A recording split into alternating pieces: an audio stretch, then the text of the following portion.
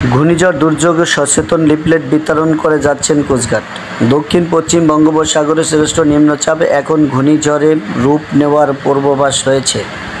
সময় যত যাচ্ছে ঘূর্ণিঝড়ের শক্তি আরও দ্বিগুণ আকার ধারণ করে এগিয়ে আসছে উপকূলীয় এলাকায়। ঘূর্ণিঝড়ের সচেতনতায় সতর্ককরণ ও লিফলেট বিতরণ হ্যান্ড মাইকে ঘোষণা দিয়ে বেড়াচ্ছেন দক্ষিণ জোন কোস্টগার্ড। আজ 25/5/2024 রোজ শনিবার প্রেস বিজ্ঞপ্তির মাধ্যমে বাংলাদেশ দক্ষিণ জোন কোস্টগার্ড মিডিয়া কর্মকর্তা HAMM হারুন আর রশিদ জানান, দক্ষিণ পশ্চিম বঙ্গোপসাগরে সৃষ্ট নিম্নচাপটি ক্রমান্বয়ে ঘূর্ণিঝড়ে রূপান্তরিত হওয়ার পূর্বাভাস রয়েছে।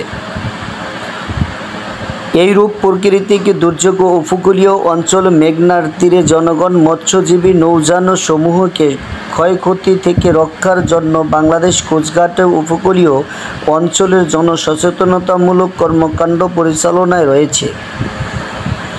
জনসচেতনতা বৃদ্ধির লক্ষ্যে ভোলার মেঘনা উপকূলীয় বিভিন্ন এলাকায় বাংলাদেশ কোস্টগার্ডের স্টেশন এবং আউটপোস্ট সমূহ মাইকিং ও লিফলেট বিতরণ করছে।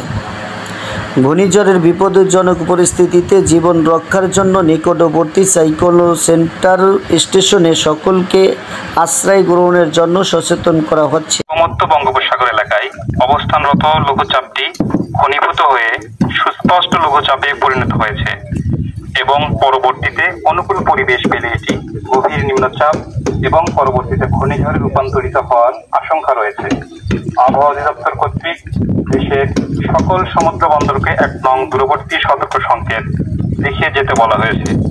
সকল প্রকার নৌকা ও মাছ ধরার ট্রলার সমূহ এবং নৌযান সমূহকে সরকারি নির্দেশনা মেনে পরবর্তী নির্দেশনা না দেওয়া পর্যন্ত সাগরে প্রবেশ করা থেকে বিরত থাকতে বলা যাইতেছে। সতর্ক সংকেত বৃদ্ধির সাথে সাথে সকলকে নিরাপদ স্থানে অথবা নিকটস্থ আশ্রয় কেন্দ্রে গমনের জন্য বলা যাচ্ছে। বাংলাদেশ কোস্টগার্ড।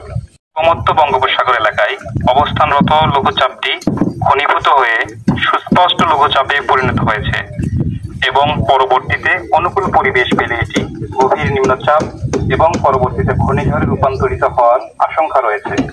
আবহাওয়া অধিদপ্তর কর্তৃক দেশের সকল সমুদ্র বন্দরকে 1 নং দূরবর্তী সতর্ক সংকেত দেখিয়ে যেতে বলা হয়েছে।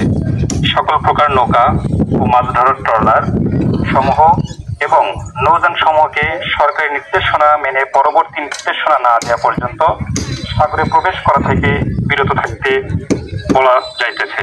সতর্ক সংকেত বৃদ্ধির সাথে সাথে সকলকে নিরাপদ স্থানে অথবা নিকটস্থ আশ্রয় কেন্দ্রে গমনের জন্য বলা যাচ্ছে। বাংলাদেশ কোস্টগার্ড।